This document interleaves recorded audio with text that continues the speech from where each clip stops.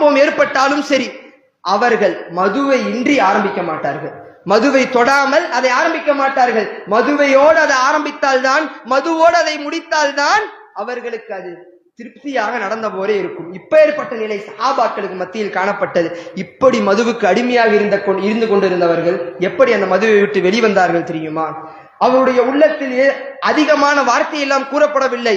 ஒரே ஒரு வசனத்தை கேட்டார்கள். கேட்ட மாத்திரத்தில் அந்த சஹாபாக்களுடைய உள்ளத்திலே வெளிச்சம் என்பது ஏற்பட்டது. அவர்கள் அதை விட்டு வெளிவரக்கூடியவர்களாக இருந்தால், காரணம் அந்த அளவிற்கு நபி அவர்கள் அந்த கல்வியினுடைய தாக்கத்தை அவர்களுடைய உள்ளத்தில் ஏற்படுத்தி வைத்திருந்தார்கள். இதை பற்றி அனஸ் இப்னு மாலிக் ரலியல்லாஹு அன்ஹு அவர்கள் அழகாக கூறுகிறார்கள்.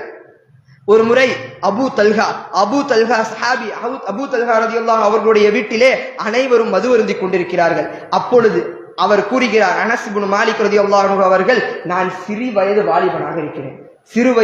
வாலிபனாக இருக்கிறேன். நான் அனைவருக்கும் மதுவை ஊற்றி கொடுக்கக்கூடியவனாக இருக்கிறேன். அந்த வீட்டில் சில சஹாபாக்கள் மது அருந்தி கொண்டிருக்கிறார்கள். அவர்களுடைய குவளையிலே நான் மதுவை ஊற்றி கொடுக்கக்கூடியவனாக இருக்கிறேன்.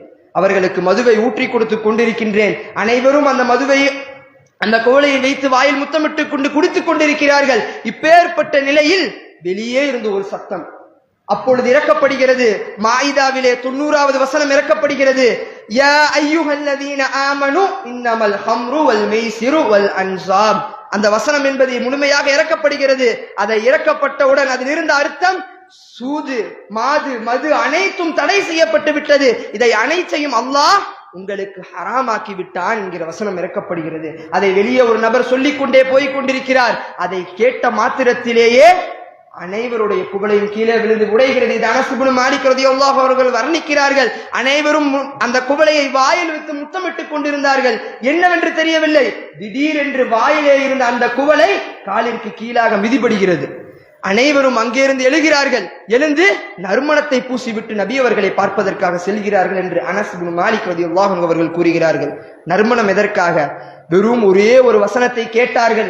கேட்டவுடன் இதை நபி அவர்களும் வெறுத்திருப்பார்கள். ஏனென்றால் அல்லாஹ் தடை செய்து விட்டான். இதை நபி அவர்களும் வைத்திருப்பார்கள் என்ற உள்ளத்தில் ஏற்பட்டது. அவர்கள் நினைத்திருந்தால் இந்த வசனம் சரியாக இருக்குமா, ஒருவேளை ஃபித்னாவாக குழப்பமாக யாராவது கிளப்பி இருப்பார்கள் என்ற எண்ணம் அவர்களிடத்தில் இருக்கலாம். ஆனால் அவர் அப்படி சிந்திக்கவில்லை. மாறாக அப்படி அடிமையாகி கொண்டிருந்த அவர்களுடைய உள்ளத்தில் என்ன தோன்றியது? ஒருவேளை இது நமக்கு நிஜமாவே இருக்க போகுது, நிஜமாவே நபி அவர்கள் இதை தடை செய்திருக்க போறார்கள், நிஜமாகவே அல்லாஹு தஆலா இதை தடை செய்திருக்க போறான், எனவே நாம் அந்த வாசனை கூட அவர்களுக்கு பிடிக்காமல் இருக்க போகிறது என்ற எண்ணத்தோடு அந்த நறுமணத்தை பூசிவிட்டு நபி அவர்களை பார்ப்பதற்காக சென்றார்கள். இந்த அளவிற்கு அன்றைய காலகட்டத்தில் சஹாபாக்களுடைய உள்ளம் இருந்ததற்கு காரணம் என்னவென்று தெரியுமா? இந்த கல்வியினுடைய தாக்கத்தை நபி அவர்கள் அந்த அளவிற்கு மிக அழகிய முறையில் அவர்களுடைய உள்ளத்திலே போதித்துக் கொள்வை